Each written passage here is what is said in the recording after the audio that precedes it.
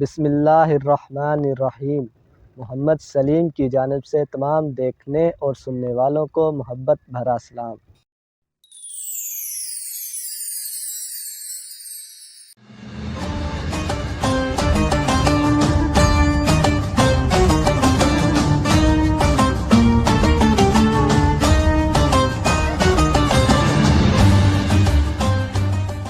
Hackers کی اقسام۔ اکثر و بیشتر ہمیں ہیکنگ کا لفظ سننے کو ملتا ہے، جس کو سیکھنے کے شوق میں کچھ بچے جرائم کی دنیا میں چلے جاتے ہیں۔ زیادہ تر لوگ نئے اکاؤنٹ بنانے کی وجہ ہیکنگ ہی بتاتے ہیں۔ اگر ہم اس مسئلے پر تھوڑی سی بھی توجہ دیں تو کبھی بھی ہمارے اکاؤنٹ ہیک نہیں ہوں گے۔ اصل میں ہیکنگ ہوتی کیا ہے اور ہم اس سے کیسے محفوظ رہ سکتے ہیں، یہ ایک اہم مسئلہ ہے۔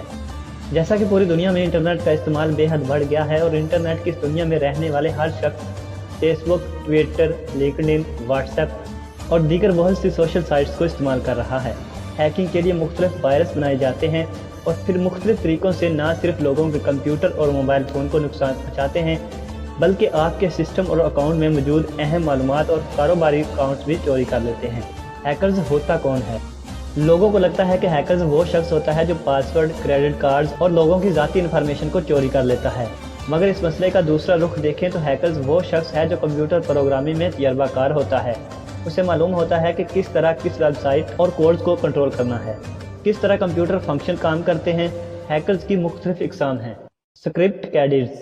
ایسے لوگ ہیکنگ کے بارے میں کچھ نہیں جانتے، صرف چند ویڈیوز دیکھتے ہیں یا کوئی وائرس کو ڈھونڈتے ہیں اور پھر اپنے سسٹم پر چلاتے ہیں۔ اس کے ذریعے دوسرے لوگوں کے سسٹم کی تمام معلومات لینے کی کوشش کرتے ہیں۔ بعض دفعہ اس میں لوگ کامیاب بھی ہو جاتے ہیں۔ White hat hackers. یہ ہیکرز ہمارے اکاؤنٹس کی سیکیورٹی پر کام کرتے ہیں، مثال کے طور پر Facebook, WhatsApp, Twitter اور انسٹاگرام وغیرہ۔ ان لوگوں کو کمپنیز تنخواہ بھی دیتی ہے۔ Black hat hackers. یہ لوگ ہیکنگ کی دنیا میں بہت برے سمجھے جاتے ہیں۔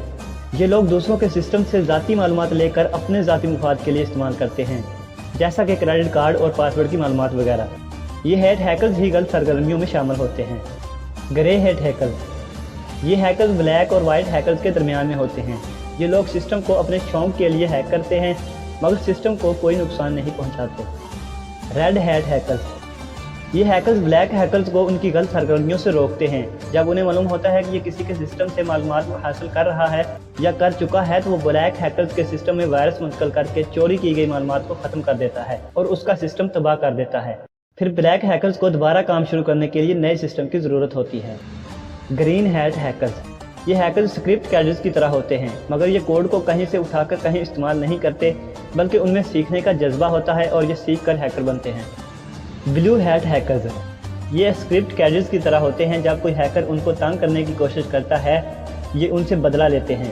بلو ہیکرز کو مختلف کمپنیز نئے پروڈکٹ کے متعارف کرنے پر بھی بلاتے ہیں تاکہ یہ ٹیسٹنگ کر کے انہیں بتائیں کہ پروڈکٹ کے اندر کوئی مسئلہ تو نہیں ہے۔ اگر کوئی مسئلہ نہیں ہوتا تو وہ پروڈکٹ کو لانچ کر دیتے ہیں۔ اس کے بعد یہ جاننا ضروری ہے کہ ہیک کرنے کے بعد ہیکرز کیا کرتے ہیں۔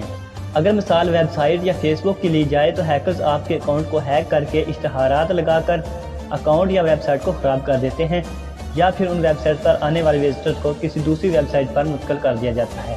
اس کے علاوہ اکاؤنٹس یا ویب سائٹ پر موجود ڈیٹا چوری کر لیا جاتا ہے یا پھر اس کو مکمل تباہ کر دیا جاتا ہے۔ اب بات کرتے ہیں کہ ہیکرز کس طرح آپ کی معلومات تک پہنچتے ہیں۔